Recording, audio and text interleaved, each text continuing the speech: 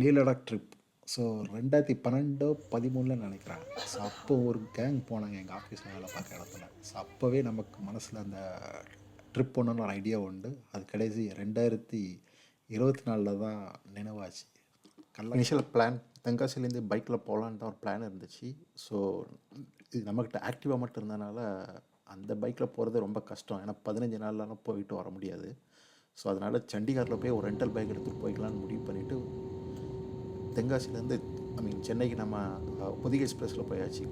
சாயங்காலம் ஒரு 6-7 மணிக்கு கிளம்பி காலையில் 5 மணிக்கு சென்னையில் போய் சேர்ந்துட்டேன். அதுக்கப்புறம் ஒரு 5 to 8 9 மணி வரை கொஞ்சம் நேரம் ரெஸ்ட் எடுத்து மறுபடியும் ரீபேக்கிங் பண்ணி ஒரு 9-9:30க்கு சென்னை ஏர்போர்ட்டுக்கு போயிட்டேன். நம்ம ஆல்ரெடி ஃப்ளைட் 1 மணி நேரம் ஸோ லேட்டுங்கிறனால ஏர்போர்ட் விட்டு வெளியே போகிறதுக்கு 4 மணிக்கு மேலே ஆயிடுச்சு. ஸோ அங்கேருந்து பைக் ரெண்டல் ஷாப் ஒரு அரை மணி நேரம் தூரம் ஏர்போர்ட்லேருந்து உள்ள சிட்டிக்குள்ளே போகிறதுக்கு. ஸோ நம்ம ஏர்போர்ட் டாக்ஸி எடுத்துகிட்டு ஒரு 4:45 5 மணிக்குள்ள நான் ரெண்டல் ஷாப் போயிட்டேன். ஸோ அந்த ரெண்டல் ஷாப்பில் நான் ஆல்ரெடி ஒரு மாதத்துக்கு முன்னாடி நான் அவர்கிட்ட புக் பண்ணி வச்சுருந்தேன். என்னோடய க்ரைட்டீரியா என்னென்னா எனக்கு வந்து டியூப்லெஸ் டயர் உள்ள பைக் மட்டும் தான் வேணும். ஸோ மினிமம் 350cc இருக்கணும். ஸோ அது கேடிஎம்மாக இருக்கலாம், இல்லை ராயல் என்ஃபீல்டாக இருக்கலாம், இல்லை வேறு என்ன பிராண்டானாலும் இருக்கலாம்னு அவர்கிட்ட சொல்லி வச்சுருந்தேன். ஸோ அவர் எனக்கு வந்து மீட்டியர் புக் பண்ணி வச்சுருந்தார். அது கிட்டத்தட்ட புது பைக் தான், 2022 பைக்கு மாடல் பைக்கு. ஸோ ஒரு 9000 கிலோமீட்டர் ஓடி இருந்தது என் கையில் தரும்போது. ஸோ அது ஒரு பெஸ்ட்டு பைக் எனக்கு தெரிஞ்சது. ஏன்னா நமக்கு வேறு பைக் ஓட்டி பழக்கம் கிடையாது. மேக்ஸிமம் நான் ஆக்டிவாக தான் ஓட்டியிருக்கிறேன். ஸோ பைக் ரெண்டல்கிட்ட அந்த பைக் ரெண்டல் நேம் வந்து ஹிமாலயன் பைக் ரெண்டல். ஸோ அந்த நேமில் 2 கடை இருக்கும் அந்த ஏரியாவில். ஸோ நான் உங்களுக்கு இது ஸ்க்ரீன்ஷாட் ஷேர் பண்ணியிருக்கேன். நீங்கள் அந்த கடையில் பார்த்து எடுங்க. ஏன்னா bike rental one of best bike ரெண்டல்னு சொல்லுவேன். ஏன்னா எனக்கும் தெரியாது. முன்னாடி நான் சண்டிகாருக்கு 10 வருஷமாக போனது, ஆனால் பைக் ரெண்டல் எதுவுமே எடுத்ததில்லை. ஸோ நான் இந்த கடை ரிவ்யூஸ் நிறைய படித்தேன். ஸோ அந்த ரிவ்யூஸில் நீங்கள் அந்த கூகுள் ரிவ்யூஸ்லேயே பார்த்தீங்கன்னா தமிழ்நாட்டிலேருந்து ஒரு ஆள் போன ஆள் அவர் ரிவ்யூ கொடுத்துருந்தார், நல்லா கொடுத்துருந்தார். அவர் வந்து நைனிட்டாலும் எங்கே போயிருந்தார்னு நினைக்கிறேன். அவர் நல்ல ஒரு ரிவ்யூ கொடுத்துருந்தார். ஸோ அதை நம்பி ஓகே நம்மளும் போகலான்னு நான் அந்த கடைக்கு போனேன். ஸோ அந்த கடை ஓனர் நேம் வந்து லக்விந்தர் சிங். ஸோ அவர் நல்லா எக்ஸ்பிளைன் பண்ணார். அந்த கடையோட ஓனர் பேர் வந்து லக்விந்தர் சிங். அவர் நல்லா எக்ஸ்பிளைன் பண்ணார். ஸோ அந்த பைக்கோட பெர்மிட், ஒரிஜினல் பேப்பர்ஸ், பின்ன கிளச் ஒயர், பிரேக் ஒயர் எல்லாம் நமக்கு ஒரு ஸ்பேர் ஒரு செட்டு தந்தார். பின்ன அந்த ரூட்டெல்லாம் எக்ஸ்பிளைன் பண்ணார். இங்கேருந்து அமிர்தசர் எப்படி போகலாம், அமிர்தசர்லேருந்து ஸ்ரீநகர் எந்த ரூட்டில் போகலாம், பின்ன ஸ்ரீநகர்லேருந்து கார்கில் டு லே, தென் லே உள்ள இன்னர் சர்க்கிள் லே டூர் எப்படி பண்ணலாம், யாரை காண்டாக்ட் பண்ணலாம், இல்லை சோலோ பண்ண என்ன பண்ணலாங்கிறது எல்லாம் அவர் நமக்கு எக்ஸ்பிளைன் பண்ணியிருந்தார். ஸோ அதிலே ஒரு கிட்டத்தட்ட ஒரு நல்ல நம்பிக்கை வந்துட்டு. ஸோ மற்றபடி ஏதாவது பைக் ஏதாவது பிரச்சனை ஆயிடுச்சுன்னா, ஏதாவது பெரிய பிரச்சனை ஆச்சுன்னா என்ன பண்ணோம், என்ன ஃபார்மாலிட்டி கேட்டேன். அவர் மேக்ஸிமம் தான் சொன்னார். நீங்கள் மேக்ஸிமம் உங்களுக்கு எல்லா பக்கமே சப்போர்ட் கிடச்சோம். ராயல் என்ஃபீல்டுனால நிறைய போகிற வழியில் மெக்கானிக் ஷாப் இருக்கும். ஸோ மேக்ஸிமம் உங்களுக்கு எந்த பிரச்சனை வந்தாலும் அங்கே பார்த்துக்கலாம். ஆனால் இந்த வண்டியில் பிரச்சனை எனக்கு தெரிஞ்சு வராது. ஏன்னா கிட்டத்தட்ட இது புது வண்டி. ஏன்னா 9000 கிலோமீட்டர் தான் ஓடி இருந்தது. ஸோ நமக்கு அந்த வண்டியை பார்த்தோன்னா ஒரு கிட்டத்தட்ட நல்ல ஒரு நம்பிக்கை வந்துச்சு. ஸோ அதனால் நான் அதை அக்செப்டாக அந்த வண்டியை தான் எடுத்து நான் கிளம்புனேன் அன்றைக்கி. ஸோ எனக்கு ஒரு சின்ன கன்ஃபியூஷன் இருந்தது. அதாவது சண்டிகரில் தங்கிட்டு மறுநாள் கிளம்பலாமா, இல்லை எங்கேயாவது நேராக அமிர்தசர் போயிடலாமான்னு. ஏன்னா ஒரு கிட்டத்தட்ட ஈவினிங் 5:30 ஆயிடுச்சு நம்ம ரெண்டல் ஷாப்லேருந்து கிளம்புறதுக்கு. நான் ஒரே முடிவு பண்ணிட்டேன். ஸோ பேசாமல் அமிர்தசர் போயிடலாம். ஏன்னா அமிர்தசர் அங்கேருந்து கிட்டத்தட்ட ஒரு 230 கிலோமீட்டர் இருக்கும்னு நினைக்கிறேன். கிட்டத்தட்ட 10:30க்கு நான் அமிர்தசர் போய் சேர்ந்தேன். ஸோ அமிர்தசர் போய் சிட்டியில் என்ட்ரு ஆனதுக்கு அப்புறம் தான் நான் ரூமே புக் பண்ணேன் ஏர்பிஎன்பியில். ஒரு ஹோட்டல் நல்லா ₹800 ஒரு டபுள் பெட்ரூம் ஏசி ஹோட்டல் நல்லா கிடச்சிது சிட்டி சென்டரில். ஸோ அந்த ஹோட்டலில் உடனே ரூம் போட்டுட்டு ஒரு அரை மணி நேரத்தில் எல்லாம் ரெஃப்ரெஷ் பண்ணிவிட்டு ஒரு 11 மணிக்கு என்ன பண்ணலான்னு யோசிச்சுட்டு இருக்கும்போது தான் அந்த ஹோட்டல் ரிசப்ஷனில் கேட்டேன். ஸோ இப்போ போனால் அமிர்தசர் பொற்கோயில் போகலாமான்னு. அவங்க சொன்னாங்க அந்த கோயில் கிட்டத்தட்ட 24 ஹவர்ஸ் ஓப்பனிங் தான், நீங்கள் எப்போனாலும் போகலான்னு சொன்னாங்க. ஸோ நமக்கு 2 கன்ஃபியூஷனாக இருந்தது. நைட்டே போகலாமா, இல்லை காலையில் எழுந்துச்சி போகலாமான்னு. சரி எப்படி இப்போ தூக்கம் வராது, ஒரு எக்ஸைட்மெண்ட்லேயே இருக்கிறனால 11 மணிக்கு அமிர்தசர் கோயில் கிளம்பி போயிட்டேன். ஸோ ஹோட்டல்லேருந்து ஒரு ₹60 கொடுத்து ஒரு ஆட்டோ பிடிச்சி பக்கத்தில் அங்கேருந்து கோயில் ஒரு 4 கிலோமீட்டருக்குள்ள தான், 3 கிலோமீட்டருக்குள்ள தான் இருந்துச்சு. ஸோ மறுநாள் காலையில் இப்போ ஸ்ரீநகரை போகலான்னு முடிவு பண்ணிட்டேன். ஸோ அமிர்தசர்லேருந்து ஸ்ரீநகர்லேருந்து கிட்டத்தட்ட ஒரு 400 கிலோமீட்டரு.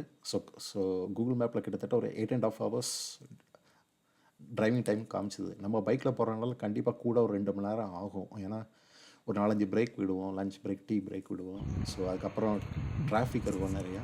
ஸோ அது முடிவு பண்ணிவிட்டு சரி ஒரே நாளில் ஓட்டிடலாம், அமிர்தசர்லேருந்து ஸ்ரீநகர் போயிடலான்னு முடிவு பண்ணிட்டேன். ஸோ நடுவில் பதான்கோட்டோ இல்லை பட்னிட்டா போய் எங்கேயும் தங்க வேண்டாம்னு முடிவு பண்ணிட்டேன். ஏன்னா நம்ம சோலோ ரைடுங்கனால நம்ம முடிவு பண்ணுறதா, நமக்கு எப்போ டயர்டாக இருக்கோ அப்போ ரெஸ்ட் எடுப்போம், இல்லைன்னா வண்டி ஓட்டிக்கிட்டே இருக்க வேண்டி தான் இருக்கிற வரைக்கும். ஸோ அன்றைக்கி சிங்கிள் ஷாட்டில் கிட்டத்தட்ட ஒரு 400 கிலோமீட்டர் அமிர்தசர்லேருந்து ஸ்ரீநகர் போனேன். ஸோ காலையில் 6 மணிக்கு அமிர்தசரில் ஆரம்பித்து சாயங்காலம் 6-6:30க்கு ஸ்ரீநகர் போயாச்சு. ஸோ ஸோ ஸ்ரீநகர் போன உடனே அந்த போட் ஹவுஸ் பக்கத்தில் ஸோ எத்தாப்பில் ரோட்டில் பைக்கை விட்டுட்டு ஸோ அவங்க வந்து ஒரு சின்ன போட்டில் கூட்டிகிட்டு போனாங்க அவங்க போட் ஹவுஸ்க்கு. ஸோ கூட்டிகிட்டு போயிட்டு அன்றைக்கி நைட்டு அங்கேயே டின்னர் சாப்பிட்டுட்டு ஸோ ஸோ அங்கே தங்கியிருந்தவங்க மற்ற ஸ்டேட்டு மற்ற கண்ட்ரிலேருந்து வந்தவங்க அவங்ககிட்ட கொஞ்சம் நேரம் பழக்க விட்டு நைட்டு 9-10 மணி நேரம் பழக்க விட்டுட்டு நைட்டு தூங்கியாச்சு. அதுக்கப்புறம் வழக்கம் போல் எக்ஸைட்மெண்ட்டில் நமக்கு காலையில் சீக்கிரம் எழுந்திரிச்சாச்சு, 5-5:30க்கு எழுந்திரிச்சாச்சு. ஆனால் ஊர் ரொம்ப அமைதியாக தான் இருந்துச்சு. எல்லோரும் மேக்ஸிமம் தூங்கிட்டு தான் இருந்தாங்க. ஏன்னா டூருக்கு வந்தவங்க எல்லாம் ரிலாக்ஸாக வந்திருப்பாங்க. குரூப் டூர், ஃபேமிலி டூர் வந்தவங்க. நம்ம சோலோ வந்ததுனால ஒரே எக்ஸைட்மெண்ட்னால காலையில் 5 மணிக்கு முழிப்பு வந்துச்சு. ஸோ நம்ம டீக்காக காலையில் 6 மணி வரை வெயிட் பண்ணிக்கிட்டு இருந்தோம்.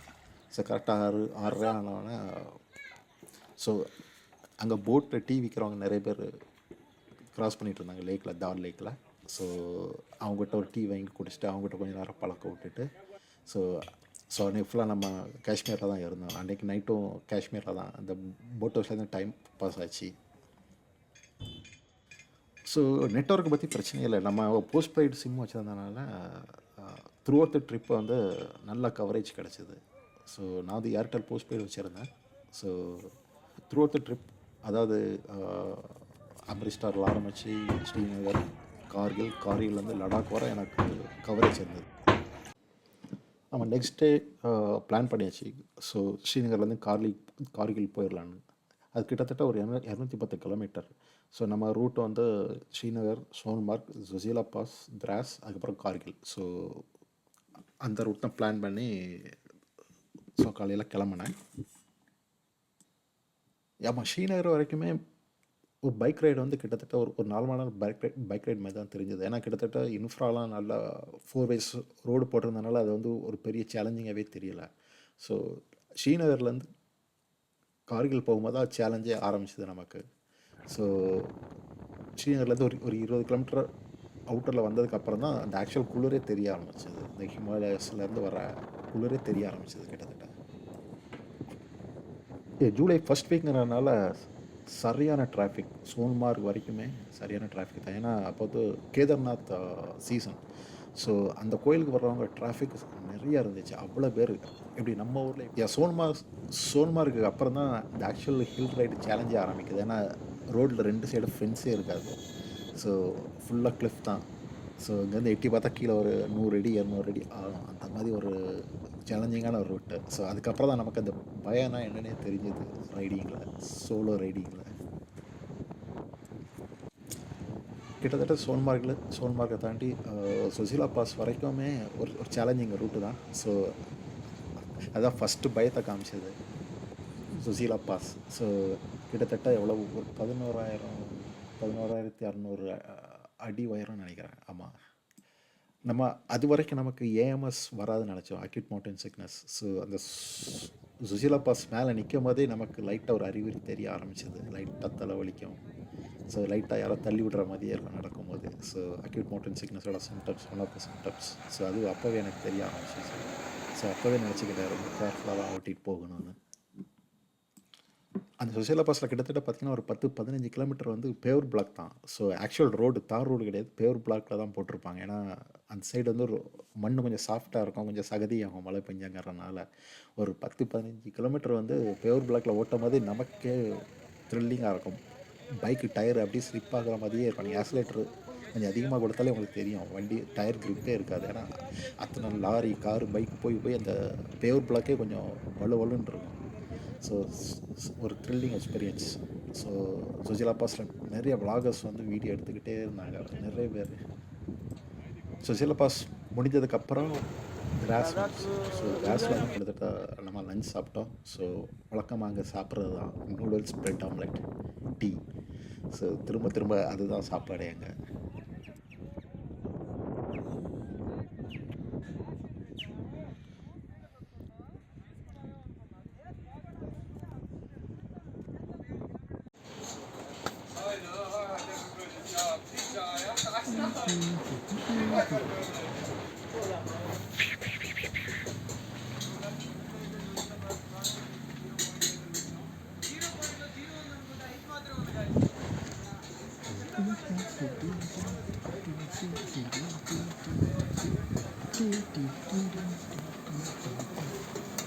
Bangku Sabah Maggi, Maggi, Maggi.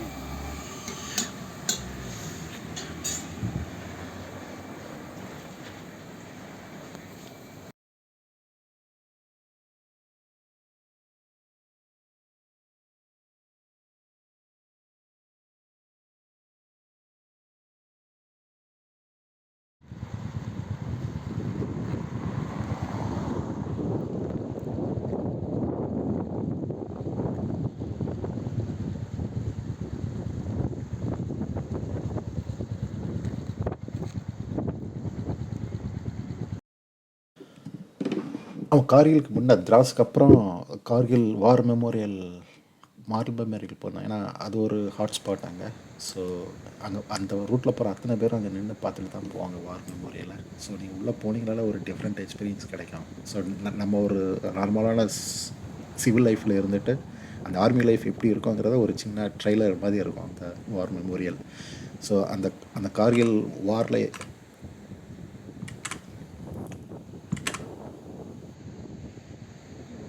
திராஸ்லேருந்து கிட்டத்தட்ட கார்கில்லேருந்து லடாக் வரவே பெஸ்ட்டு ரோடுன்னு தான் சொல்லுவோம். ஏன்னா எல்லா ரோடு வழியும் கிட்டத்தட்ட முடிஞ்சிச்சு. ஆஃப் ரோடுங்கிறதே கிடையாது. So best road. உள்ள இந்த கார்கில் வார் மெமோரியலை சுற்றி பார்க்குறதுக்கு கிட்டத்தட்ட ஒரு 3/4 மணி நேரம் ஆச்சு. ஸோ நீங்கள் உள்ள என்ட்ரன்ஸில் போனாலே தெரியும். ஸோ அந்த கார்கில் வாரில் அவன் இறந்த போர் வீரர்களோட அத்தனை பேரோட பேர், ஒரு சில பேருக்கு உள்ள சிலையும் வச்சுருப்பாங்க. ஸோ உள்ளே போனீங்கன்னா அங்கே யூஸ் பண்ணியிருந்த பீரங்கி, துப்பாக்கி, தோட்டா, பின்ன இது பாகிஸ்தான் சோல்ஜர்ஸோட துப்பாக்கி, உள்ள தோட்டா, கையெறி குண்டு அப்படின்னு நிறைய உள்ள பார்க்கலாம். கிட்டத்தட்ட எல்லாமே உள்ள ஷோகேஸ்க்கு வச்சுருக்காங்க. நம்ம கார்கில் வார் மெமோரியல் முடிச்சுட்டு ஸ்ட்ரைட்டாக கார்கில் தான் போனோம். ஸோ சாயங்காலம் ஒரு 4:30 போய் சேர்ந்தாச்சு. ஸோ கொஞ்சம் நின்று அப்படி என்ஜாய் பண்ணிட்டு போனதுனால கிட்டத்தட்ட ஒரு 7 மணி நேரம் ஆச்சு இந்த ட்ரிப்பை முடிக்க. அதாவது ஸ்ரீநகர்லேருந்து கார்கில் வர்றதுக்கு. சோலோ ரைடுங்கிறனால நம்ம இஷ்டப்பட்ட இடத்துல நின்று ரசிச்சுட்டு தான் போகிறது. பைக் ஓட்டிகிட்டு போனேன். ஸோ ஒரு 4:30 போயிட்டு அங்கே போய் ஸ்பாட்டில் ஒரு ரூம் புக் பண்ணி அந்த ரூமில் போய் தங்கிட்டேன். இப்போ ஒரு விஷயம் நீங்கள் இந்த கார்கில் ரூட்டில் வந்தீங்கன்னா கார்கிலில் கூட ஒரு நாள் தங்குறது பெட்டர். இப்போது என் கேஸ் எடுத்துக்கிட்டிங்கன்னா நான் ஸ்ரீநகர்லேருந்து கார்கில் வந்தேன். அன்றைக்கி ஈவினிங் உள்ள லோக்கலில் சுற்றிட்டு மறுநாள் காலையிலே நான் லடாக் கிளம்பி போயிட்டேன். நீங்கள் யாரும் அப்படி பண்ணாதீங்க மேக்ஸிமம். ஏன்னா ஏஎம்எஸ் அக்கட் மவுண்டன் சிக்னஸ் வந்துச்சுன்னா அது ரொம்ப கஷ்டம் லேக் போயிட்டீங்கன்னா. ஏன்னா நான் கார்கிலில் கூட ஒரு நைட்டு தங்கலை. ஆக்சுவலாக கார்கிலில் 2 நாள் இருந்தால் நம்ம பாடி அந்த ஆல்டிடியூடுக்கு அடாப்ட் ஆகிரும். அந்த உயரத்துக்கு பாடி செட் ஆகிரும். ஸோ நான் அது பண்ணலை. அந்த தப்பு பண்ணிட்டேன். அதாவது அங்கே கார்கிலில் தங்காமல் நேராக லடாக் போயிட்டேன். ஸோ நான் கூட ஒரு நாள் கார்கிலில் தங்கியிருந்தேன்னா என் பாடி சூப்பர் நல்லா செட் ஆகிருக்கும் அந்த ஹைட்டுக்கு. ஸோ நான் பண்ணாதனால எனக்கு எப்படி இருந்துச்சுன்னா நான் உள்ள லடாக் போனதுக்கப்புறம் அங்கே 2 நாள் தங்கியிருந்தேன் லடாக்கில். ஸோ அப்படி பார்த்தீங்கன்னா எப்போவுமே ஹார்ட் பீட் ஒரு 120 130லேயே இருக்கும். ஸோ நார்மலாக ஹார்ட் பீட் ஒரு 60 to 75 இருக்கணும். எங்களை அமைதியாக உட்காந்துருந்தோம்னா ஒரு சேரில். ஆனால் லடாக்கில் அமைதியாக பெட்டில் உட்காந்துருந்தாலே ஒரு 110லேருந்து 120 நம்ம ஹார்ட் துடிச்சிக்கிட்டே இருக்கும். அந்த ஆல்டிடியூடில் ஆக்சிஜன் கம்மியாக இருக்கிறதுனால.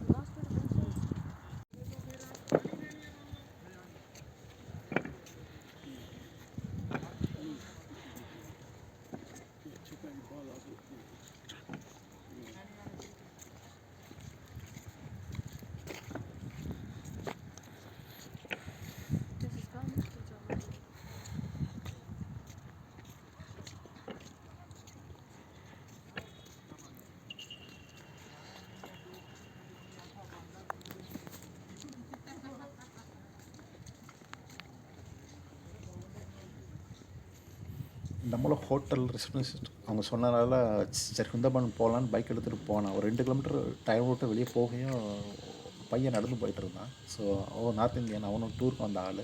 அவன் ஆல்ரெடி லடாக் போயிட்டு அங்கேருந்து அவனுக்கு ஏஎம்எஸ் வந்திருக்கு, அக்யூட் மவுண்டன் சிக்னஸ். ரொம்ப தலை சுற்று வாந்தி வந்தனால சீரியஸ் ஆனனால அவனை டாக்டர் வந்து கார்கில் வர சொல்லிட்டார். ஏன்னா லடாக்லேருந்து கார்கில் வந்து கொஞ்சம் கீழே தான் இருக்குது, அதாவது ஹைட் வைஸ். ஸோ அவன் இன்னும் காரில் 2 நாள் தங்கியிருந்தான். ஸோ அவன் நடந்து போயிட்டு இருந்தான் அந்த ரூட்டுக்கு. என்ன பார்த்தோன்னே லிஃப்ட்டு கேட்டான். சரி நம்ம அவனை கூட்டிகிட்டு போகணும்னு சொல்லிவிட்டு அவனும் நானும் பைக்கில் அப்படி அந்த குந்தர்மன் வியூ பாயிண்ட்டுக்கு போனோம். ஸோ நாங்கள் அங்கே போய் இருட்ட ஆரம்பிச்சிட்டு கிட்டத்தட்ட. ஸோ நாங்கள் கிட்டத்தட்ட அந்த வியூ பாயிண்ட்டு போயிட்டோம். ஸோ அந்த வியூ பாயிண்ட்டில் 200 கொடுத்தீங்கன்னா இது பேட் வாட்சர் வச்சுருப்பாங்க, அதாவது மோனோகுலர் வச்சுருப்பாங்க.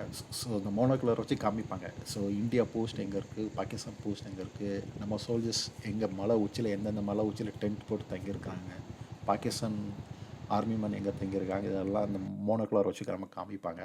ஸோ அது ஒரு பெஸ்ட் எக்ஸ்பீரியன்ஸாக இருக்கும். ஸோ கிட்டத்தட்ட அந்த டூர் ஒரு அரை மணி நேரம் தான். அந்த வியூ பாயிண்ட்டில் எல்லாம் அவங்க எக்ஸ்பிளைன் பண்ணுவாங்க. ஸோ எப்பப்போ என்ன போர் நடந்தது, என்ன பண்ணுறாங்க, இப்போ ஆர்மி எந்த போஸ்ட்டில் நிற்காங்க, எப்படி அங்கேருந்து சாப்பாடு மலை உச்சி கொண்டு போகிறாங்க. ஏன்னா நம்ம வியூ பாயிண்ட்லேருந்து ஒரு 300 அடி 400 அடி ஹைட்டில் இந்தியன் ஆர்மி டென்ட் போட்டிருப்பாங்க 10 பேர். ஸோ அவங்களாம் அந்த மலையில் ஏறி சாப்பாடெல்லாம் கொண்டு போவாங்க. ஸோ ஃபைனலாக குந்தர்மன் வியூ பாயிண்ட் முடிச்சுட்டு அன்றைக்கி நைட்டு வந்து ஹோட்டலில் தங்கியாச்சு.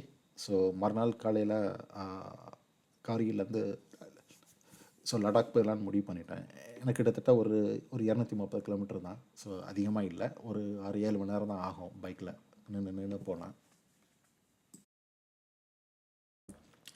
கார்கிலுக்கு அப்புறம் அடுத்த டவுன் வந்து லமாயூர்.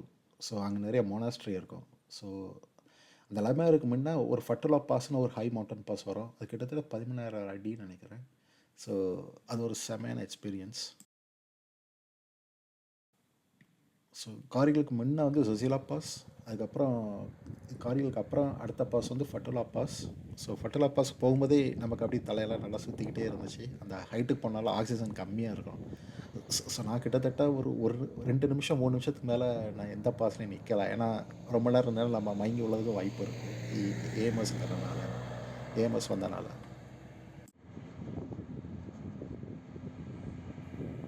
நிறைய விளாகர்ஸ் எல்லாம் சொல்லியிருந்தாங்க டைமண்ட்ஸ் டேப்லெட் போடுங்க, ஸோ தலை சுற்றாது, இந்த மாதிரி ஏஎம்எஸ் வந்து கிட்டாது, ஒரு 2 நாள் முன்னே நீங்கள் போட ஆரம்பிச்சிடணும். ஆனால் நான் டைமண்ட்ஸ் டேப்லெட்ஸ் வச்சுருந்தேன், ஆனால் நான் போடலை. சரி டேப்லெட் போடாமல் எப்படி போகலான்னு பார்க்கலான்னு நினச்சி தான் நான் ட்ரை பண்ணேன்.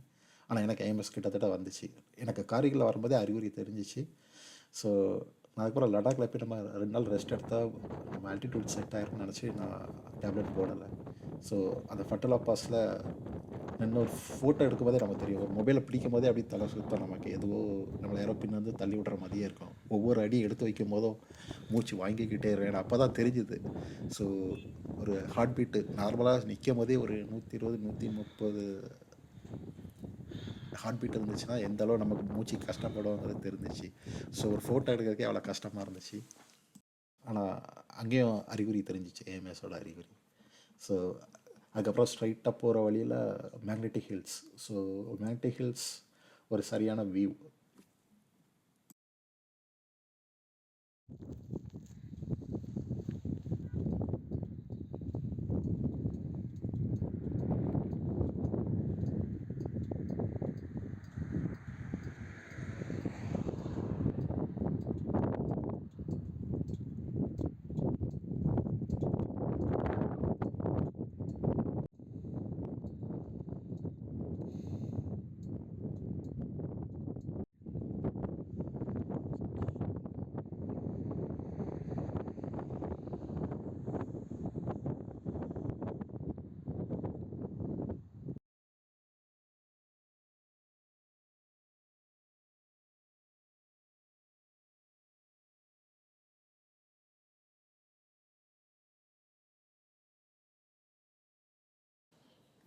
இங்கே போகிற வழியில் பார்த்திங்கன்னா ஒவ்வொரு மலையும் ஒவ்வொரு டிசைனில் ஒவ்வொரு டெக்ஸ்சரில் இருக்கும். ஏன்னா ஒரு மலைக்கும் அடுத்த மலைக்கும் ஒரு கலர் டிஃப்ரென்ஸ், அந்த மண்ணோட டிஃப்ரென்ஸ், அந்த பாறையோட டிஃப்ரென்ஸ் எல்லாமே உங்களுக்கு தெரியும். ஸோ கிட்டத்தட்ட நீங்கள் எப்படி பார்த்தீங்கன்னா ஒரு வேற்று கிரகத்தில் இருக்க மாதிரி தான் இருக்கும். நீங்கள் கார்கிலுக்கு அப்புறம் பார்த்தீங்கன்னா கார்கில் லடாக் ஃபுல்லாகவே ஏதோ ஒரு வேற்று கிரகத்தில் பைக் ஓட்டுற மாதிரி தான் இருக்கும். ஆக்சிஜனும் கம்மியாக இருக்கும். அங்கே பார்க்குற வியூவும் என்டையர்லி டிஃப்ரெண்ட்டாக இருக்கும். ஸோ நம்ம அப்படி ஏதோ யோசிக்க வச்சுக்கிட்டே இருக்கோம்.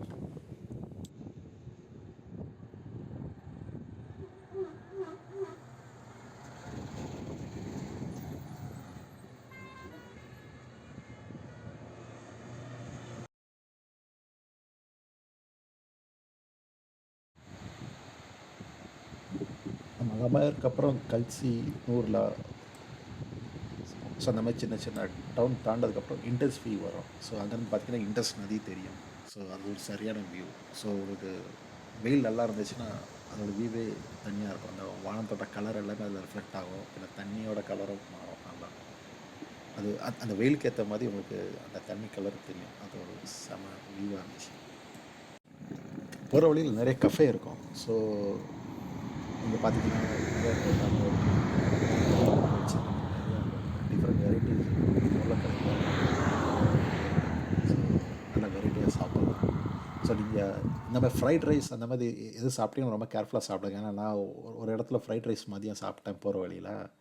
சரியான எண்ணெய் ரொம்ப ஊற்றிட்டாங்க. அதாவது நம்ம ஊரில் ஆம்லெட்டில் கூட அவ்வளோ எண்ணெய் ஊற்ற மாட்டாங்க, ஃப்ரைட் ரைஸ் அவ்வளோ ஊற்றிட்டாங்க. கடைசி அந்த சாப்பாடு 200 கொடுத்து அப்படியே வச்சுட்டு தான் வந்தேன். ஏன்னா அதை வாங்கி சாப்பிட்டோம்னா நமக்கு ஆல்டிடியூட் போக போக ஒழுங்காக ஜீரணமாகாது. ஜீரணமாகலைன்னா அது ஒரு பிரச்சனையாக மாறிடும். ஸோ நீங்கள் சாப்பிடும் போது கரெக்டாக பார்த்து சாப்பிடுங்க. ரொட்டி, நான். ஸோ ஸோ லடாக்னா ஒரு வழியாக மேக்னெட்டிக் ஹில்.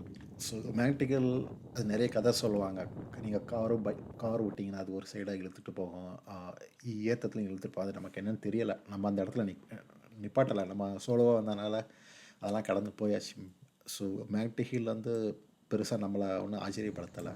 ஸோ அங்கேருந்து நேராக அடுத்து வந்து இண்டஸ் பாயிண்ட்டு. ஸோ திரிவேணி சங்கம் சொல்லுவாங்க. ஸோ ஒரு 3 நதிகள் சேர்கிற இடம். அது ரொம்ப நல்லாயிருக்கும் அந்த இடத்துல. ஸோ அது தாண்டதுக்கப்புறம் உங்களுக்கு நேராக லே லடாக் சிட்டி வியூ வந்துடும். ஸோ நீங்கள் என்ட்ரு ஆன உடனே லே ஏர்போர்ட் உங்களுக்கு தெரியும். ரோடுக்கு சைடில் தான் இருக்கும் ரன்வே எல்லாமே. ஸோ அது நீங்கள் அப்படியே பார்த்துக்கிட்டே ஓட்டலாம். லே தாண்டதுக்கப்புறம் நேராக லடாக் சிட்டி. லடாக் சிட்டிக்குள்ளே போனவுடனே ஸோ லே தாண்டவுடனே லடாக் வந்துடும். ஸோ லடாக் சிட்டி டவுன் அது எப்படியும் சொல்லிக்கலாம். ஏன்னா அங்கே இருக்கிற ஒரு பெரிய ஊரே அது மட்டும்தான். ஸோ நான் போனதுக்கப்புறம் தான் ரூமே புக் பண்ணேன். நான் கிட்டத்தட்ட ஒரு சாயங்காலம் 3:30-4 மணிக்கு போயிட்டேன். நான் காலையில் காரிலேருந்து சீக்கிரம் கிளம்புனால சாயங்காலம் 3:30-4 மணிக்கெலாம் போயிட்டேன் லடாக்கு. ஸோ போனதுக்கப்புறம் ஏர்பிஎன்பியில் ஒரு ரூமை புக் பண்ணி அந்த ரூமை கண்டுபிடிச்சி ஸோ அங்கே போய் செட்டில் ஆயாச்சு. ஸோ லடாக்கில் இருக்கும்போதே நமக்கு அப்படி தலை சுற்றிக்கிட்டே இருந்துச்சு அந்த ஆல்டிடியூட். அப்போ தான் செட் ஆகுது பாடி. ஏன்னா ஆல்ரெடி கார்கில் வந்து ஒரு நாள் தான் ஆச்சு. நான் கார்கில்லே ஒரு 2 நாள் தங்கியிருந்தேன்னா பாடி இன்னும் நல்லா ஈஸியாக செட் ஆகிருக்கும். ஸோ அங்கே தங்காதனால நான் 2வது நாள் இங்கே லடாக் வந்ததுனால அப்படி தலை சுற்றிக்கிட்டே இருந்துச்சு. அது ஒரு டிஃப்ரெண்ட் எக்ஸ்பீரியன்ஸ். ஸோ நீங்கள் ஈவினிங் ஃபுல்லாக லடாக் ஸோ மார்க்கெட்டில் தான் சுற்றிக்கிட்டே இருந்தேன். ஏன்னா ஒரு 5-6 மணிக்கு மார்க்கெட்டுக்கு போனதுனால கொஞ்சம் வெயிலே இருந்தது. ஏன்னா 7 மணிக்கு தான் இருட்ட ஆரம்பிச்சது சம்மருங்கிறனால. ஸோ அங்கே இருக்கிற ஒரு 4 தெரு தான் ஃபுல்லாக கடைகள் தான். கிட்டத்தட்ட என்ன ஃபுல்லாக ஜெக்கின், காட்டன், உல்லன் எல்லாம் விற்றுட்ருப்பாங்க. அது போக நீங்கள் பார்த்தீங்கன்னா கலைப்பொருட்கள் நிறைய விற்றுட்ருப்பாங்க. இந்த புத்தர சிலை அது சம்மந்தமாக. பின்ன உள்ளே டிபெட் மார்க்கெட் இருக்கும். ஸோ டிபெட் மார்க்கெட் நம்ம ஊட்டியில் இருக்கிற மாதிரி தான் நினைக்கிறேன். நம்ம கிட்டத்தட்ட அதே மாதிரி தான். ஸோ அது நீங்கள் ஃபுல்லாக சுற்றிக்கிட்டே இருக்கலாம். அது போக நிறையா ஹோட்டல் இருக்கும். அதாவது இந்தியாவில் உள்ள அத்தனை டிஷ்ஷும் அங்கே கிடைக்கும். அதாவது தமிழ்நாடு ஃபுட்டு இருக்குது. மசாலா தோசை கிடச்சிது, அங்கே சாப்பிட்டேன். அதை விட்டிங்கன்னா Bombay style, Rajasthani style, Punjab style அந்த மாதிரி ஒவ்வொரு டிஷ்ஷுக்கும் ஒரு ஹோட்டல் இருக்கும். நீங்கள் தனித்தனியாக போய் சாப்பிட்லாம். So market best. ஒரு மார்க்கெட்டில் 2 மணி நேரம் ஃபுல்லாக சுற்றிட்டு ஒரு 8 மணிக்கு அப்புறம் தான் ரூமுக்கு நடந்து வந்தேன். ஸோ இப்போ ரூம் பார்த்திங்கன்னா லடாக் மார்க்கெட்லேருந்து எனக்கு சரியான 1.5-2 கிலோமீட்டருக்கு வந்து அதாவது ஏற்றம் தான். ஸோ ஒவ்வொரு ஸ்டெப்பு வைக்கிறதுக்குமே ஏதோ ஒரு பெரிய போராட்டமாக தான் தெரிஞ்சுது. ஸோ அப்போ தான் நமக்கு இந்த கோவில்லாம் ஞாபகம் வந்தது. நிறைய பேர் கோவிலில் ஆக்சிஜன் கிடைக்காம ரொம்ப கஷ்டப்பட்டாங்கன்னு நீங்கள் யூடியூப்பில் பார்க்கும்போது நிறைய பேர் சொல்லியிருப்பாங்க. அந்த கஷ்டம் வந்து அப்போ தான் தெரிஞ்சுது. ஏன்னா ஹை ஆல்டிடியூடில் அது கிட்டத்தட்ட எவ்வளோ 3600 மீட்டர் தான் நினைக்கிறேன் லே. அதுக்கே நமக்கு அவ்வளோ தலை சுற்றிச்சு ஆக்சிஜன் கம்மியாக இருந்தது. ஏன்னா 2வது நாள் தான் அந்த ஹை ஆல்டிடியூடில். ஸோ அந்த ரோட்டில் ஏற்றத்தில் ஒவ்வொரு ஸ்டெப்புக்குமே நமக்கு ரொம்ப கஷ்டமாக இழைச்சது. அது அன்றைக்கு தான் அந்த ஆக்சிஜனோட அருமை தெரிஞ்சது. எப்படி ஆக்சிஜன் குறைஞ்சா நம்ம பாடி எப்படி ரியாக்ட் ஆகுங்கிறது அன்றைக்கி தான் தெரிஞ்சது. ஒரே மண்டையில் குழப்பம் ஓடிக்கிட்டே இருக்கும், நம்மளை தூங்கவே விடாது.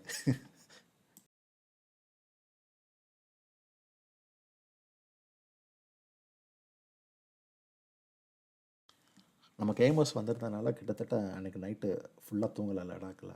ஸோ ஒரு 10 நிமிஷம் தூங்குவோம், 10 நிமிஷம் எழுந்துச்சி உட்காந்துருப்பேன், 10 நிமிஷம் தூங்குவோம், 10 நிமிஷம் எழுந்துச்சி உட்காந்துருவோம். அப்படி ஒரு காலையில் 3 மணி வரை அதே போராட்டம் தான். அதுக்கப்புறம் அதில் டயர்டாகி 3 மணிலேருந்து 6 மணி வரை நல்ல ஒரு தூக்கம், ஒரு 2-3 மணி நேரம் நல்லா தூங்கிட்டு 6 மணிக்கு மறுபடியும் முழிப்பு வந்துச்சு. ஏன்னா 5:30க்கு வெயில் வந்துடும் சம்மருங்கிறனால. ஸோ அதுக்கப்புறம் டப்புன்னு ரெஃப்ரெஷ் ஆகி டீ குடிச்சிட்டு அப்படி கொஞ்ச நேரம் மறுநாள் காலையில் ஒரு வாக்கிங் லடாக் மார்க்கெட் வர போயிட்டு வந்தேன். ஸோ அப்போ தான் பாடி செட் ஆகும் நமக்கு. நமக்கு மட்டும் தான் இப்படி கஷ்டம்னு பார்த்தீங்கன்னா, ரோட்டில் போகிற வர அத்தனை டூரிஸ்ட்டுக்கும் அதே பிரச்சனை தான். ஏஎம்எஸ் வந்து அவங்களுக்கு ஒவ்வொருத்தருக்கும் ஒவ்வொரு பாடி வந்து செட் ஆகும். ஒரு சில பேருக்கு ஒன்றும் செய்யாது, ஒரு சில பேருக்கு ரொம்ப மோசமாக இருக்கும். இப்போ நான் பார்த்தீங்கன்னா மீடியமான ஒரு பாதிப்பு தான், அதாவது சிம்டம்ஸ் தான். ஸோ அந்த தலை சுற்றல் இருக்கும். ஒரு சில பேர் டாக்டர் என்ன சொல்லியிருக்காங்கன்னா, நீங்கள் உடனே லடாக்லேருந்து கிளம்பி நீங்கள் கார்கில் போயிருங்க, இல்லைன்னா மணாலி போயிருங்க. ஏன்னா லோ ஆல்டிடியூட் போனீங்கன்னா பாடி செட் ஆகிரும், 2 நாள் இருந்துட்டு மறுபடியும் வாங்க. மறுபடியும் உங்களுக்கு இந்த பிரச்சனை வந்துச்சுன்னா நீங்கள் மறுபடியும் கீழே போங்க. இதான் உங்களுக்கு வேறு மருந்தே கிடையாது ஆல்டிடியூடை பொறுத்தளவு, அந்த உயரத்தை பொறுத்தளவு.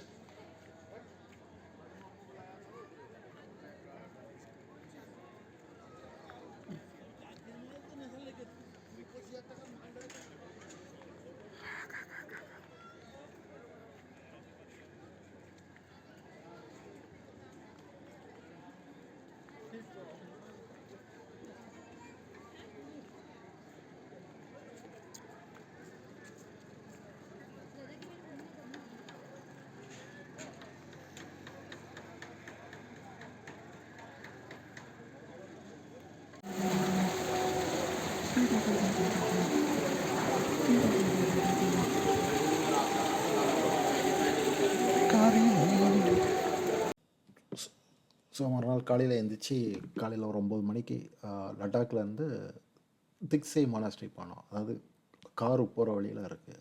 லடாக்லேருந்து ஒரு 20 கிலோமீட்டர். அது one of the best monastery அங்கே லடாக்கில். ஸோ அந்த மொனாஸ்ட்ரி அதை சுற்றி பார்க்க கிட்டத்தட்ட ஒரு 2 மணி நேரம் ஆச்சு. ஸோ நீங்கள் உள்ளே போனீங்கன்னா அந்த மொனாஸ்ட்ரியில் மேக்ஸிமம் படி ஏறி இறங்குற மாதிரி தான் இருக்கும். ஸோ ஒரு 5-6 மடி போகிற மாதிரி இருக்கும். ஸோ அது ஒரு பெரிய மொனாஸ்ட்ரி. நீங்கள் அந்த மொனாஸ்ட்ரியிலேருந்து டுவர்ட்ஸ் மணலி ரூட்டை பார்த்தீங்கன்னா அந்த மலை ஆரம்பிக்கிறது தெரியும். அதாவது ஒரு லடாக்கே ஒரு பள்ளத்தில் இருக்கிற மாதிரி தான் தெரியும். ஏன்னா அந்த சைடு மலை அவ்வளோ பெருசாக இருக்கும். ஸோ அது வந்து ரிட்டன் வர்ற ரூட்டு, அதாவது லடாக்லேருந்து மணாலி போகிற ரூட்டு. உள்ள அந்த மொனாஸ்ட்ரியிலே மைத்ரேய புத்தா சிலை இருக்கும் உள்ள. அது ஒரு பிரம்மாண்டமான சிலை. நம்ம திக்ஸே மொனாஸ்ட்ரியை சுற்றி பார்த்துட்டு அந்த மொனாஸ்ட்ரியிலே உங்களுக்கு சின்ன ஹோட்டல் இருக்கும், நீங்கள் அங்கே ட்ரை பண்ணுங்கள். லஞ்சு ரொம்ப நல்லா இருந்துச்சு. நான் ஒரு வெஜ் ரைஸ் தான் ஆர்டர் பண்ணியிருந்தேன். டேஸ்ட் அவ்வளோ டேஸ்ட்டாக இருக்கும். ஆயிலெலாம் ரொம்ப போட மாட்டாங்க, நீட்டாக இருக்கும் லஞ்ச். நீங்கள் அங்கே ட்ரை பண்ணுங்கள், அங்கே போனீங்கன்னா லஞ்சும் பிரேக்ஃபாஸ்ட்டும் நீங்கள் அங்கே ட்ரை பண்ணுங்கள். ஸோ திக்ஸே மொனாஸ்ட்ரி முடிச்சுட்டு மறுபடியும் நேராக லடாக் டவுனுக்கு வந்து சாந்தி ஸ்தூப்பா. ஸோ அது ஒரு சின்ன டோம் தான். ஸோ அதை சுற்றி பார்த்துட்டு டேரெக்டாக அன்றைக்கி ரூமுக்கு வந்துட்டேன். ஈவினிங் ஒரு 3 o'clock 4 o'clock வந்துட்டு மறுபடியும் ரூமில் இருக்கக்கூடாது. ஏன்னா ரூமில் ஒரே இடத்துல இருந்தீங்கன்னா உங்களுக்கு அப்படி டயர்டாக ஒரு மாதிரி இருக்க மாதிரி சொல்லி ஸோ ஸ்நாக்ஸ் எல்லாம் வாங்கி சாப்பிட்டுட்டு மறுபடியும் 8 மணிக்கு ரூமுக்கு வந்தாச்சு.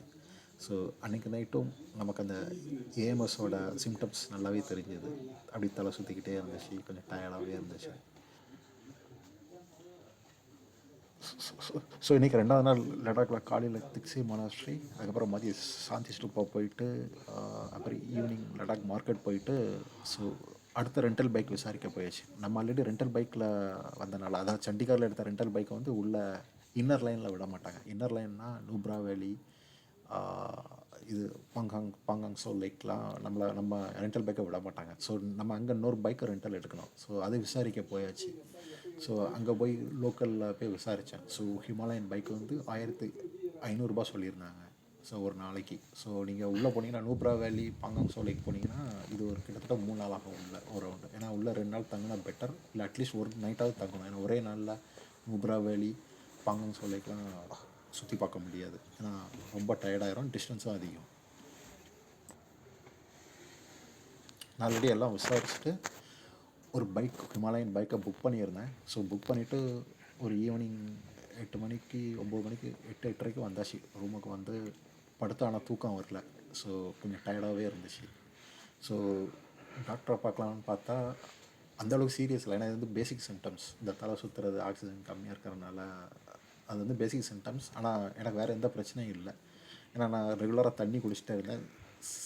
சாப்பாடு வந்து வயிறு முட்டை அளவுக்கு சாப்பிடல, அந்த பாதி வயிறுக்கே தான் சாப்பிட்டுட்டு இருந்தேன். ஒரு நாளைக்கு 4 நேரம் சாப்பிடுவேன். காலையில் சப்பாத்தி இல்லை ரொட்டி, இல்லை மதியம் ரைஸு, பின்ன ஒரு 4 மணிக்கு ஒரு ஸ்நாக்ஸு, ஒரு 6 மணிக்கு 8 மணிக்கு 7-8 மணிக்கு ஏதாவது மறுபடியும் ரொட்டி சப்ஜி, இந்த மாதிரி ரெகுலராக சாப்பிட்டுட்டு கரெக்டாக சாப்பிட்டு தண்ணி குடிச்சிட்டே இருந்தனால நமக்கு வேறு எந்த பிரச்சனையும் சீரியஸ் ஆகலை ஏஎம்எஸில். 3 நாள் தூங்காத சரியான டயர்டாகிடுச்சு. ஸோ நமக்கு அந்த ஒழுங்காக தூங்காதனால ஆக்சிஜன் கம்மியாக இருக்குது, அந்த சிம்டம்ஸ்னால நமக்கு நிறைய கன்ஃபியூஷன் வந்துக்கிட்டே இருக்கும். ஸோ நமக்கு 2 மனசு ஆயிடுச்சு. ஸோ நம்ம இன்னர் லைன் போகணுமா, இல்லை அந்த பிளானை ட்ராப் பண்ணிட்டு திருப்பி சண்டிகருக்கே போயிடலாமான்னு கிட்டத்தட்ட மனசு 2 மனசு ஆயிடுச்சு. தனியாக வந்ததுனால ஒரு சின்ன பயமும் இருக்குது, ஒரு சின்ன கன்ஃபியூஷனாக இருக்குது, ஒரு எக்ஸைட்மெண்ட்டாக இருக்குது, த்ரில்லும் இருக்குது. நம்ம போயிடலான்னு ஒரு இப்படி மனசு அலைப்பாஞ்சிக்கிட்டே இருக்குது. ஒரு நைட்டு 12-1 மணி வரையும் பார்த்தா தூக்கம் வரல. ஸோ இதுக்கப்புறம் நம்ம இன்னர் லைன் போனோன்னா ரொம்ப டயர்டாகவும், ஏதாவது சீரியஸ் இஷ்யூ வந்துடக்கூடாது ஏஎம்எஸ்னாலன்னு சொல்லிட்டு முடிவு பண்ணிட்டேன். காலையில் 6 மணிக்கு விடிஞ்ச உடனே நம்ம கிளம்பி சண்டிகர் போயிடலாம். நான் ஆல்ரெடி இன்னர் லைன் டூருக்கு பைக் புக் பண்ணி வச்சுருந்தேன். மெசேஜ் போட்டு கேன்சல் பண்ணிட்டேன், எல்லாம் வரலன்னு சொல்லிட்டு. இப்போ கன்ஃபியூஷன் என்னன்னா, ரிட்டன் எந்த ரூட்டில் போகிறதுன்னு ஒரு கன்ஃபியூஷனாக இருக்குது. நைட்டு 1 மணிக்கு காலையில் 6 மணிக்கு கிளம்புனா.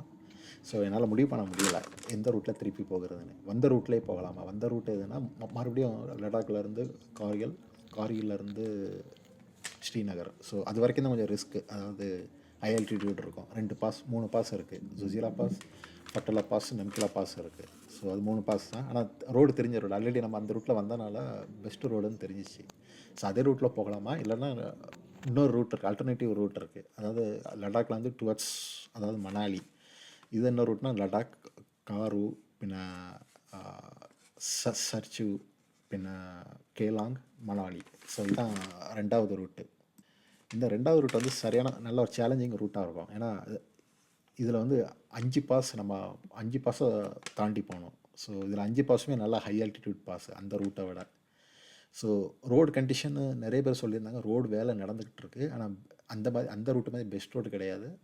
ஆனால் இது ஒரு சேலஞ்சிங் ரூட்டு. ஸோ இப்போ நமக்கு 2 மனசு ஆயிடுச்சு, வந்த ரூட்லேயே போகலாமா, இல்லை புது ரூட்டில் போகலாமான்னு.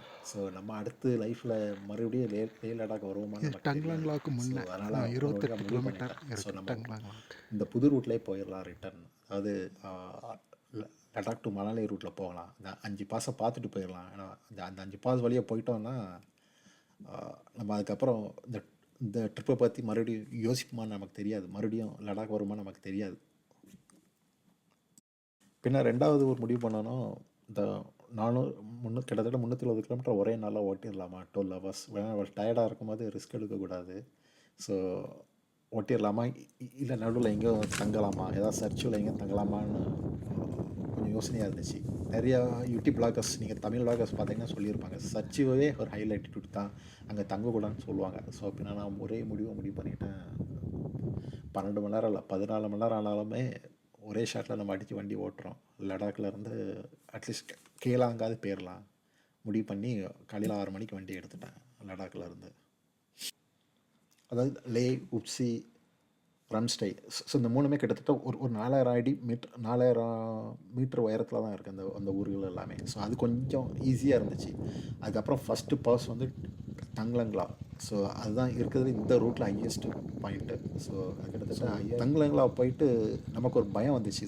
ஃபுல்லாக சோலோ ரைடுங்கிறனால ஏதாவது நமக்கு மயக்கம் எதுவும் வந்துச்சுன்னா யாரும் கண்டுக்க ஆள் இருக்காதுன்னு பயத்தில் தங்லங்களால் செல்ஃபி கூட எடுக்கலை. அந்த உயரத்துலேருந்து நேராக இருக்குது. அதுக்கடுத்து வந்து ஏன்னா மோர் பிளைன்ஸ் வரும். ஸோ அதனால் ஹை ஆல்டிடியூடில் நான் ரொம்ப நேரம் டைம் ஸ்பெண்ட் பண்ணலை. ஸோ அந்த மோர் பிளைன்ஸில் போகும்போது நிறைய குரூப் டூர்ஸ்லாம் வந்தாங்க. ஸோ அவங்க கூட அவங்களெல்லாம் வீடியோ எடுத்துகிட்டு, ஸோ அவங்க பின்னாடியே கொஞ்சம் நேரம் சேஸ் பண்ணி போனேன். ஸோ சேஸ் பண்ணி போயிட்டு கீழே போனீங்கன்னா பாங்கன்னு ஒரு ஏரியா வரும். பாங்கன்னு ஒரு சின்ன டவுன் வரும். ஸோ அது கிட்டத்தட்ட ஒரு 4200 மீட்டரு. ஸோ அது ஓகே. ஸோ மோர் பிளேனில் ஒரு அரை மணி நேரம் நீங்கள் 1 மணி நேரம் ஓட்டினால உங்களுக்கு வந்து அந்த தலை சுற்று ரொம்ப தெரியாது. ஸோ அது ஒரு பெஸ்ட்டு ஸ்ட்ரெச்சு. ஸோ அதுக்கப்புறம் பாங்கில் நிப்பாட்டி ஒரு ஒரு சின்ன சாப்பாடு ஒரு 11 மணி நினைக்கிறேன். ஆமாம் 11 மணி இருக்கும் காலையில். ஸோ அங்கே நின்று டீ, பிஸ்கட்டை, பின்ன ஸ்நாக்ஸ் எல்லாம் சாப்பிட்டுட்டு ஒரு அரை மணி நேரம் ரெஸ்ட் எடுத்துகிட்டு அதுக்கு அடுத்த பாஸ் லாச்சிங்லா பாஸ். ஸோ அது கிட்டத்தட்ட அதுவும் ஒரு 5000 மீட்டர் ஹைட்டில் இருக்கும். ஸோ அந்த சந்தோஷம் எப்படி இருக்கும்னா, அந்த அந்த ஹை ஆல்டிடியூட் பாஸ் போயிட்டு கீழே இறங்கும் போது அந்த சந்தோஷம் இருக்கும். அதாவது மேலே அது ஒரு பாஸை நோக்கி ஏறும்போது ஒரு த்ரில்லு, பயம் எல்லாம் கலந்துருக்கும். ஒரு எக்ஸைட்மெண்ட் எல்லாமே கலந்துருக்கும். அந்த பாஸ் முடிச்சுட்டு கீழே இறங்கும்போது ரொம்ப ரிலாக்ஸாக இருக்கும் மைண்டு. இப்போ ஒரு வழியாக ஒரு ஹைட்லேருந்து கீழே இறங்குறதா ஒரு ரிலாக்ஸாக இருக்கும். ஸோ அதை முடிச்சுட்டு அதுக்கப்புறம் நக்கீலா பாஸ், அது ஒரு 4700 மீட்ரு. அது முடித்ததுக்கப்புறம் கீழே வந்தாச்சு. ஸோ நக்கிலா பாஸ் முடித்ததுக்கப்புறம் தான் கட்டா லூப்ஸ் வந்து வண்டி ஓட்டுறது ஈஸி, ஆனால் டேஞ்சரஸ். எப்படின்னா நம்ம கீழே விழுந்தா அந்த பாஸில் கட்டா லூப்ஸில் நீங்கள் வண்டி ஸ்லிப் ஆகி ரோட்டை விட்டு கீழே விழுந்துச்சுன்னா நமக்குலாம் அடிப்படாது, பெரிய அடிலாம் படாது. ஆனால் வண்டி டேமேஜ் ஆகும், ஆனால் பெரிய அடிப்படாது. ஆனால் ரோடு வளைஞ்சு போகும். ஸோ ரோடு இருக்காது, அதாவது தார் ரோடு இருக்காது. கிட்டத்தட்ட மண் ரோட்டில் ஓட்டுற மாதிரி தான் இருக்கும் கட்டா லூப்ஸ். ஏன்னா கட்டா லூப்ஸில் வந்து ஒரு சின்ன தப்பு பண்ணக்கூடாது. அதாவது லூப்பில் நீங்கள் ரோட்டில் சுற்றி வருவீங்க. மேலேருந்து இறங்கும் போது அந்த ரோட்லேருந்து ஆஃப் ரோடாக சில பேர் ரூட் போட்டு வச்சுருப்பாங்க. அதாவது ஆல்ரெடி நல்லா எக்ஸ்பீரியன்ஸ்டு ஆஃப் ரோடர்ஸ் என்ன பண்ணியிருப்பாங்கன்னா, கிராஸாக போயிருப்பாங்க இறக்கத்தில். ரோட்டில் போகாமல் அந்த ரோட்லேருந்து இந்த ரோட்டுக்கு நடுவில் போயிருப்பாங்க கீழே. ஸோ அந்த மாதிரி நிறைய பேர் ரோடை ஸ்கிப் பண்ணி போன டயர் மார்க்கை பார்த்தோன்னே நமக்கு ஒரு ஆசை வந்துச்சு. ஸோ நம்மளும் ட்ரை பண்ணுவோமான்னு ட்ரை பண்ணேன். வண்டி இறக்கிட்டேன், 2 அடி இறக்கிட்டேன். எனக்கு பயம் வந்துச்சு, பைக்கை ஸ்டாப் பண்ணிட்டேன். இப்போ நான் தனியாக போனாலும் என் பைக்கை பின்னாடி இழுத்து மறுபடியும் ரோட்டு கொண்டு வர முடியாது. ஏன்னா வண்டி இறக்கத்தில் செங்குத்தாக நிற்கிற மாதிரி நிற்குது, ஒரு 35-40 டிகிரி செங்குத்தாக. ஸோ அப்போ பார்த்து ஒரு 2 பேர் சின்ன பசங்க காரில் வந்தாங்க, தாரில். அவங்களும் ரோட்டில் வராமல் ரோட்டை விட்டு இறங்கி செங்குத்தாக வந்தாங்க தாரில். ஸோ அவங்க தான் என்னை ஹெல்ப் பண்ணி வண்டியை இறக்கி விட்டாங்க. ஸோ அவங்களால லைஃப்பில் மறக்க முடியாது கட்டா லூப்ஸ். அதுக்கு அடுத்து பார்த்திங்கன்னா சர்ச்சுக்கு அடுத்த பாஸ் வந்து பார்லாச்சா பாஸ். அது கிட்டத்தட்ட ஒரு 4500 மீட்டர் அடி உயரத்தில் இருக்குது. ஸோ இது பார்லாச்சா பாஸில் செம டிராஃபிக். ஏன்னா ரோடு ரொம்ப ஒடுக்கமாக இருக்கும், லாரி போகிறதுக்கு நிறைய இடம் இருக்காது. ஸோ 2 பைக்கர்ஸ் தான் பெர்ஃபெக்டாக போக முடியும். ஒரு காரும் பைக்கருமே அவ்வளோ ஈஸியாக போக முடியாது, அவ்வளோ மோசமான ரோடு. ஸோ பார்லாச்சாவில் ஒரு அரை மணி நேரம் ஆல்ரெடி லேட் ஆச்சு, ஈவினிங் 5 மணி ஆச்சு. ஸோ அப்போவே நமக்கு ஒரு பயம் கொடுத்துட்டு, இருட்டதுக்கெலாம் நம்ம ஹை ஆல்டிடியூடை தாண்டி வரணும். ஸோ அந்த அளவுக்கு செம டிராஃபிக். அப்போ தான் என்டையர் ட்ரிப்பில் சோலோவாக போனதுனால நிறைய பைக்கர்ஸ் பார்த்தேன். ஏன்னா அந்த டிராஃபிக்கில் கிட்டத்தட்ட ஒரு 100-150 பைக் நிற்பாங்க. கேங்காக வந்தவங்க, சோலோவாக வந்தவங்க, அத்தனை பேர் நிற்கிறாங்க அந்த இடத்துல. டிராஃபிக் அவ்வளோ டிராஃபிக். ஸோ ஒரு வழியாக பார்லாச்சாலாம் கிராஸ் பண்ணி அதுக்கு அடுத்து நேராக ஜிஸ்பா வந்துட்டேன். ஸோ ஜிஸ்பா வந்தோடனே எனக்கு நல்லா டயர்ட் ஆச்சு. எனக்கு கிட்டத்தட்ட ஒரு 11.5 மணி நேரம் ஆயிடுச்சு பைக் ஓட்ட. ஸோ ஜிஸ்பாவில் தங்குமா இல்லை கேலாங் போயிடலாமான்னு யோசனையாக தான் இருந்துச்சு. ஏன்னா ஜிஸ்பாவில் ஆல்டிடியூட் பார்த்தீங்கன்னா 3000 மீட்டரு, கேலாங் வந்து 3000 மீட்டரு. ஸோ அது வந்து பார்த்திங்கன்னா ஒரு 300 மீட்டர் கீழே போகணும் நம்ம. ஸோ 300 மீட்டர் கீழே போனால் இன்னும் கொஞ்சம் பாடி செட் ஆயிரும் நல்லா. கிட்டத்தட்ட ஜிஸ்பா வந்தோடனே எனக்கு அந்த தலை சுத்தலாம் போயிட்டு, ஏன்னா கிட்டத்தட்ட ஆல்டிடியூட்லேருந்து கீழே வந்தாச்சு. இருந்தாலும் நமக்கு மனசு வந்து கேலாங் போயிடலான்னு முடிவு பண்ணிட்டேன். ஸோ அதுக்கப்புறம் ஜிஸ்பாலேருந்து 20 கிலோமீட்டர் கேலாங்க. ஸோ அந்த ரூட் வந்து எப்படின்னா ரோடு நல்லாயிருக்கும், ஆனால் சைடில் ஃபென்ஸ் இருக்காது. நீங்கள் கீழே பார்த்தீங்கன்னா ஒரு 100 மீட்டர் ஆழம் இல்லை 50 மீட்டர் ஆழம் அப்படி தான் இருக்கும். நல்ல ஒரு கிளிஃப் இருக்கும், எல்லாமே கிளிஃப் தான் கிட்டத்தட்ட ரோடு சைடு. ஸோ அது ஒரு 20 கிலோமீட்டர் கொஞ்சம் கஷ்டப்பட்டு ஒரு ஒரு ஒரு ஒரு லோக்கல் பைக்கரை ஃபாலோ பண்ணி ஓட்டி கேலாங் வந்து அங்கே வந்து ஸ்பாட்டில் ரூம் புக் பண்ணேன். 600 ரூபாய் கிடச்சிது. நல்ல ரூம், டபுள் பெட்ரூம், நல்ல ஹோட்டல், நல்ல சாப்பாடு.